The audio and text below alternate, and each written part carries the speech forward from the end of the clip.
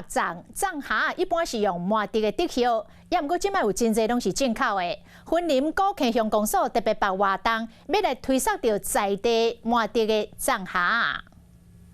这边第四粽下到迄边伫咧赶工包装，无讲就是专业卖包装团队。为了迎接国历节，高溪乡公所邀请高溪、朝阳、西平三社区做伙来包买9000粒的包装，预计会送予华山基金会和社区民众。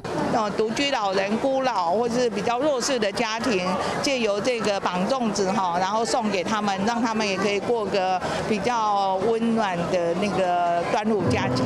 在地乡亲讲，使用在地麻竹叶，除了较新鲜，嘛袂有化学药剂问题，煮起来嘛较香。